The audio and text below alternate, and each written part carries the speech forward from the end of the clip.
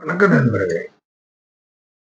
இப்ப நாம பொச்சாமாமைங்கிற அதிகாரத்துல 3வது குறளுக்கு வந்திருக்கோம்.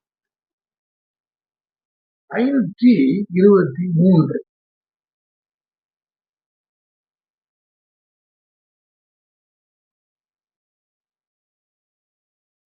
மன்னிக்கவும், 533.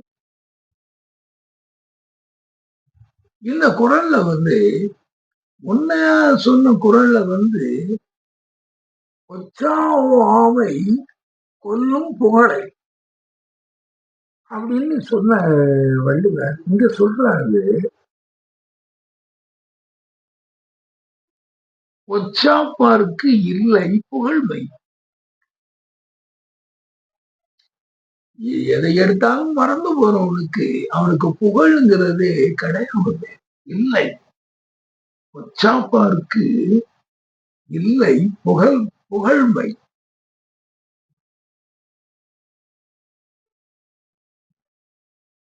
அது உலகத்து எப்பால் நூலோர்க்கும் துணிவு.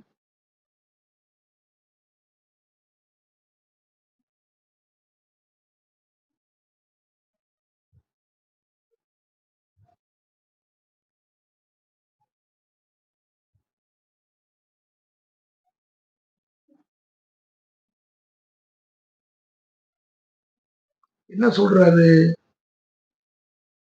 பொச்சாப்பாருக்கு இல்லை புகழ்மை. புகழ் இவனுக்கு கிடையவே கிடையாதுயா. முதல்ல அவர் சொன்னாரு, அது நம்முடைய பொச்சாப்பு கொல்லும் புகழை அது புகழை கொண்டு விடும்னு சொன்னாரு. அதுக்கப்புறம் என்ன சொல்றாரு? இவன் கேட்கிறானா கேட்கறியோ தெரியல, அதை நம்ம தெளிவா சொல்லிடுவோம். பொச்சாப்பாருக்கு இல்லை புகழ்மை. கிடையவே கிடையாது.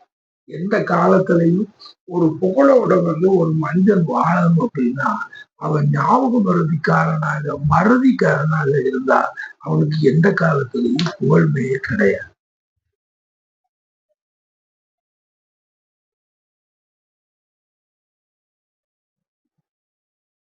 அது உலகத்து எப்போ நூலோர்க்கும் எல்லா எவ்வளவு பெரிய நூல்களை எழுதினவர்கள் இந்த உலகத்தில் உள்ள எல்லா இடங்களையும் நூல்களை எழுதிய அறிஞர் பெருமக்கள் அவ்வளவு பேரும் அவங்க எந்த இடத்துல உள்ளவங்க இருந்தாலும் அவங்க இதைத்தான் சொல்றாங்க. அவங்க சொல்றது அந்த இது பொச்சாப்பாருக்கு இல்லை புகழ்மை. இது உலகத்தில் உள்ள அறிஞர் பெருமக்கள் அவ்வளவு பேரும் ஒத்துக்கிடக்கூடிய கருத்து.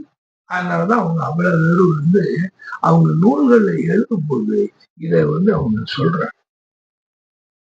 அதனால நீங்க ஒழுங்கா இந்த ஞாபக மறதி, இந்த மறதிங்கிற இந்த வியாதியை தவிர்த்து விட வேண்டும் அப்படின்னு சொல்லி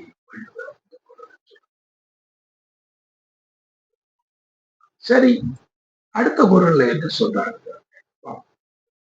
அதுவரை நன்றி கூறி விடைபெறுகிறேன். வணக்கம்.